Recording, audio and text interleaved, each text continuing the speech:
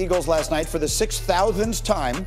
The question of the morning is, which quarterback has started the most regular season games against a single team in the Super Bowl era? I'm not falling for it. I'm not going to say Eli versus the Eagles, which might be stupid. I'm saying Tom Brady, who's played the Dolphins 400 times. You did a good job of not falling for Eli.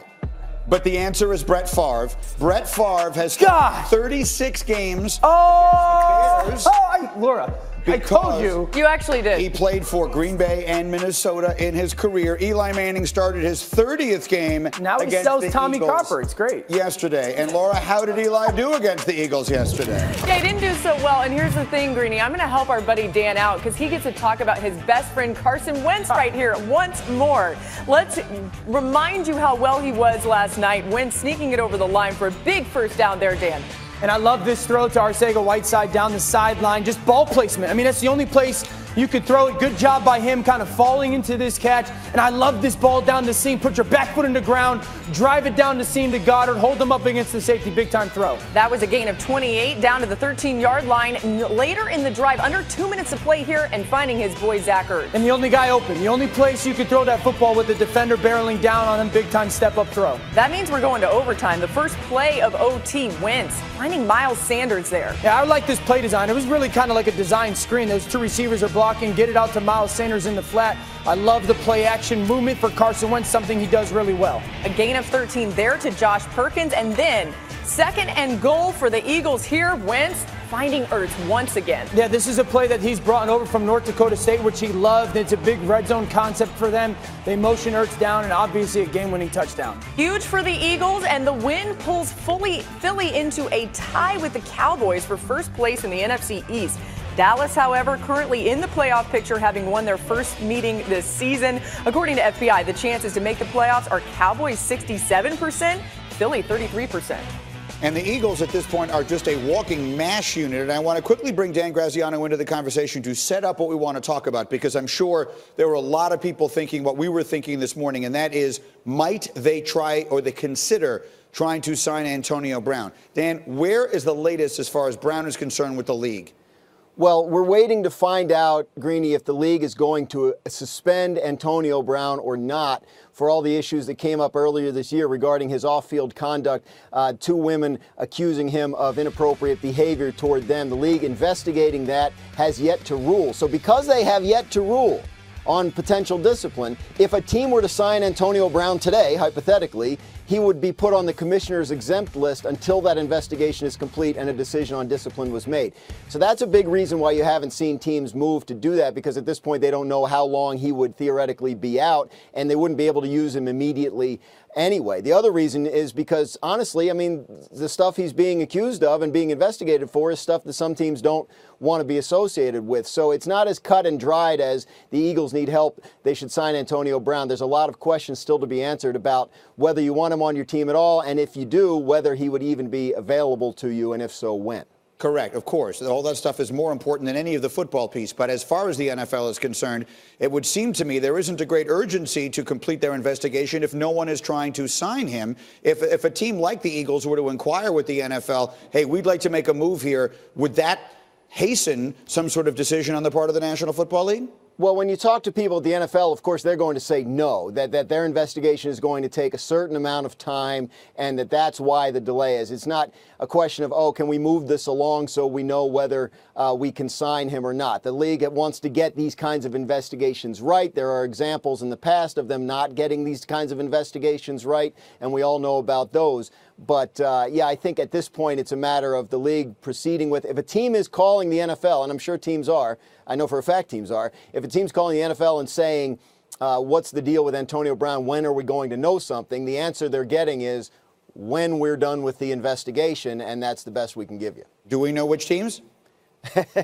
I don't. Not to a reportable extent. No, I do not know that. Fair enough. Didn't mean to put you on the spot. Dan, thank you. We'll come back to you as we go. Desmond, let me turn to you as the receiver sitting here at the table. And obviously, I should preface everything by saying if an NFL team doesn't want any part of Antonio Brown because of the accusations that are involved here, that is fully understandable and infinitely more important than football. But if someone were to be interested, As a wide receiver, could you come in with 3 games to play and learn in an entirely new offense, get comfortable with a new court? Is it reasonable to think that Antonio Brown could show up in Philadelphia tomorrow and actually make a difference? Absolutely. You know why? Because I believe, and Dan, you can attest to this, they would water down the playbook and make sure that he understands certain plays that he's comfortable with, things that are conceptual to what he's consistently run throughout his career. Plays that he knows that, okay, I'm good with these routes, outside routes, and then they will just tailor a game plan for AB. So I think it's possible. Yeah, I mean, that's easy, right? I mean, hey, I'm really good at these 6 routes. Yeah, you go and line up there, and if it's man-to-man coverage, go win against that guy running one of those 6 routes. I would not touch AB. I've said that repetitively. Let's bring it to the Eagles, right, who obviously coming off last night have wide receiver issues. Yeah. I think the performance by Greg Ward and Pickens, the tight end, and Arcega-Whiteside, because they finally did it, right? I think it could be to them, to the Eagles, and to those players going, all right, they had their moment, they had their opportunity, they showed it. Let's build off that rather than they're not a Super Bowl contending football team right now, and so AB's not going to put them over the edge of being fringe Super Bowl or not. Yeah, and you just heard Dan Graziano say teams are inquiring with the NFL, but I've said all along, to me, it would be an enormous surprise if Antonio Brown plays again in the NFL this season. Let's move on to a next topic here, and that would be Baker Mayfield and the Cleveland Browns, who continues to generate controversy this Sunday, throwing his own team's medical staff under the bus, blaming them, at least in part, for Odell Beckham's injury issues this year. This all happened following a win against the Bengals. Yesterday, his coach, Freddie Kitchens, had this to say. He understands that we don't want him addressing other players' injuries in that manner, especially. Odell and our training staff have done a tremendous job of getting Odell to the game each and every week. Now, Baker appeared poised to flourish in his second season with the Browns. All these weapons they bring in on offense. Instead, look at these numbers. He is dead last in touchdown to interception ratio, 16 picks, 15 touchdowns this year, and that's just the tip of the iceberg. You could make an argument based upon expectation and conversation that there was no greater disappointment in the National Football League this year than the Cleveland Browns. So let's start with this. If we do believe that Baker needs someone else to come in there and start him up again, and that the team needs a fresh voice. I'm not firing Freddie Kitchens at this moment, but it does feel likely that's going to happen. Who do you believe is the right person to come in and do that? Lincoln Riley or Jim Harbaugh? Those are the 2 names that are the most relevant to me, the 2 names that I think have a chance.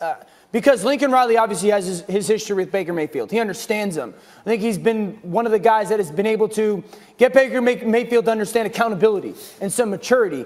And then Harbaugh, because there's some uniqueness to him. He's been in the public eye for a long time. He's got some quirkiness and understands that position and the demands of it. And he's obviously had a ton of success. Those would be the 2 guys that I think, like, Baker, I need you to be accountable and I need you to be mature for the things that you do. So those are 2 college coaches. Laura, you have any other ones? Look, Lincoln Riley is the obvious choice because of his history there, but I would actually throw out Ryan Day, the Ohio State head coach. What he's done with Justin Fields, somebody who needed to focus on learning an offensive playbook and really has ended up, having great success this year. He's going to be a Heisman finalist. I think he could go in there, really work with Baker. And look, Baker's going to probably get where they want him to get if they're having success offensively. Ryan Day, a great offensive mind, and also somebody that I think Baker would want to play for. I'd like to see that happen. Paul, your thoughts on Baker Mayfield? Obviously, you cover the college game first and foremost. Super high profile. Your thoughts? I think he's flawed, and I'll blame Baker for some of it, but I'm really going to blame the owner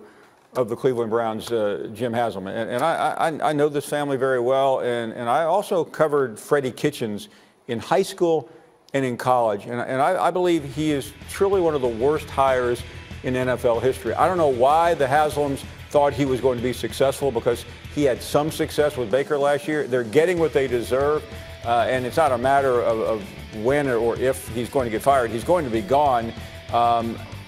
And I just think Ryan Day is unique. I don't see Lincoln Riley wanting to have anything to do with the Cleveland Browns. Des, what do you think? RD, I mean, check this out. I'm from Cleveland, right? And when I first heard that they were getting OBJ, Jarvis Landry was there, I thought this was destined to fail out the gate. Let me tell you why. I wouldn't say Baker is immature, but I would say he lacks professional maturity. Yeah. And when you have someone who lacks professional maturity, you need to put somebody around him that can teach him to be a pro. So if you're going to bring in a receiver, you need to bring in like a Larry Fitzgerald.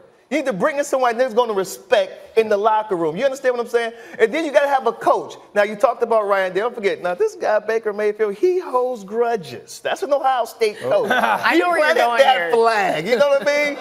But you're going to Really get a good coach. point. You need someone, You can teach him not to who is plant an the flag. alpha male That's who's gonna carry going to warrant that type of respect. Not saying that this guy's going to leave Pittsburgh, but a guy like a Mike Tomlin who's going to go in there and put you in your place and make sure you respect the franchise, especially if you're the face of the franchise. That is a really interesting thought on so many different levels. And Dan, I'll leave it with you here as the quarterback, because I've been saying since this all began, I'm not suggesting Baker Mayfield can't be the way he is and succeed. I'm merely suggesting no quarterback ever has before.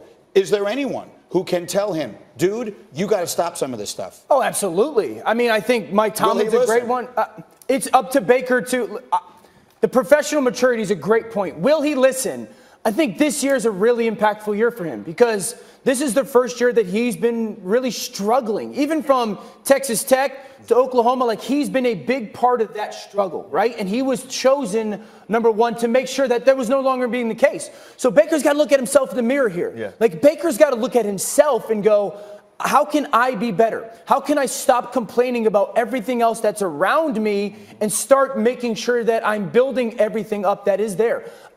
Listen, is President Obama available? Maybe he could be the guy to get through to Baker Mayfield when it probably comes be a to good accountability. I heard he's free. He doesn't have a job. Yeah. He is available. Yeah, he's available. Exactly. Maybe we go there. It's a very interesting conversation, right?